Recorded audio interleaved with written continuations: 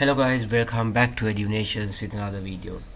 පොඩි කාලයකට පස්සේ තමයි මට මේ වගේ වීඩියෝ එකක් කරගන්න පුළුවන් වුණේ.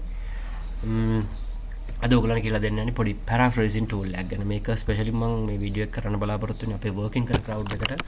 මොකද සමහරවිට email එකක් හරි letter එකක් හරි අවදි හැමදාම එකම format එකෙන් යවනකොට ඒක වාටත් එච්චර හොඳ දෙයක් නෙවෙයි. ඔයාගේ බොස්ුත් මේක දකිද්දි නිතරම එයා හිතන්න පුළුවන් මෙයා මේ හැමදාම මොකක් හරි තියෙන ටෙම්ප්ලේට් එකක් පාවිච්චි කරලා එවනවා කියලා. නමුත් පොඩ්ඩක් යවන දේ ටිකක් වෙනසක් සහ ස්පෙෂල් විදිහට යවන්න ඕන නම් මෙන්න මේ ටූල් එකෙන් අපිට පොඩි හෙල්ප් එකක් ගන්න පුළුවන්. ඒකේ නම තමයි Quillbot. මම හිතන්නේ මේක ඔයගොල්ලෝ ගොඩක් අය දන්න කට්ටියත් ඇති. එහෙමනම් ඒ වගේ මේක ගැන නොදන්න කට්ටියත් ඇති. ඒ හැමෝටම තමයි මම මේ කරන්නේ මේ කොමන් වීඩියෝ එක. මේක ඇවිල්ලා පොඩි අපිට එක්ස්ට්‍රා හෙල්ප් එකක් දෙනවා. අපි normal විදියට ඉංග්‍රීසි වලින් ටයිප් කරොත් ඒක මේ software එකට දාලා පොඩ්ඩක් ඒක ලස්සනට වචන වලින් හැඩ වැඩ කරලා ගන්න පුළුවන් පොඩි සීන් එකක් තමයි මේකේ තියෙන්නේ. ඊට අමතරව මේක තව ගොඩාක් ලොකු දේවල් තියෙනවා. නමුත් අපි working කරන crowd එකට මේකෙන් කොහොමද පොඩි benefit එකක් ගන්න පුළුවන් විදිය තමයි මම කියලා දෙන්න යන්නේ. right search bar එකේ ඔයගොල්ලන් search bar එකේ type කරන්න Quillbot කියලා. එන්න මේ පළවෙනි link එක click කරන්න. ඒ වගේ ආපුවම ඔයගොල්ලන්ට direct වෙනවා.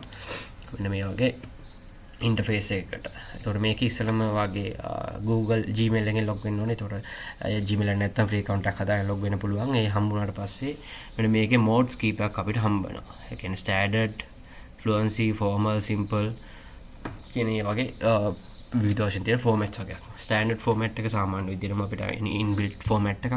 fluency එකත් අපිට යන්න පුළුවන්. මේකේ යන්න මේකේ ඕගොල්ලන්ගේ ක්‍රියේටිවිටි එක and මේකට තියෙන මේ ස්ට්‍රක්චර් එක තමයි මේකේ මේලියුම් වෙනස් කරන්න බලන්නේ මොනවා හරි ඔයගොල්ලෝ යවන ඊමේල් එක හරි නැත්නම් වර්ඩ් ડોකියුමන්ට් එක හරි වගේ කලීග්ට සම් මැනේජර්ට එහෙම නැත්නම් සීනියර් මැනේජ්මන්ට් එකට යවද්දී මේක පාවිච්චි කරන්න පුළුවන්. එතකොට මේ පැත්තේ තියෙන මේකේ තියෙන ඔප්ෂන්ස් මොනවද කියලා grammar checker, plagiarism, method citation generator, translator. එතන මේකේ Chrome and Wordex words වල extensions විදිහට මේක අපිට install කරගන්න පුළුවන්.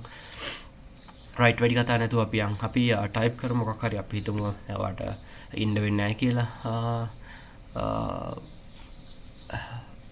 පහුවෙනිද දවසක email එකක් ඒතර ඔයා කලින් boss ට inform කරලා leave එකක් දාන්න ඕනේ. ඒතකොට මේක ඔයා දාපුවාම ඔයා මෙන්න මේ විදිහට email එක type කරගන්නවා. it is informing that I'm unable to come to the office. I'm unable to come to the office tomorrow due to an unavoidable reason කියලා ඔන්න ඔය විදිහට හරි ඔයා කැමති දේ email එක type කරගන්න පුළුවන්.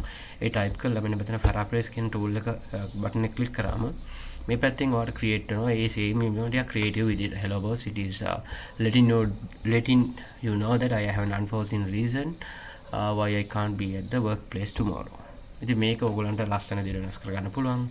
මේක right මේ click කරාම අපිට අවශ්‍ය විදිහට මේකේ synonyms දාගන්න පුළුවන්.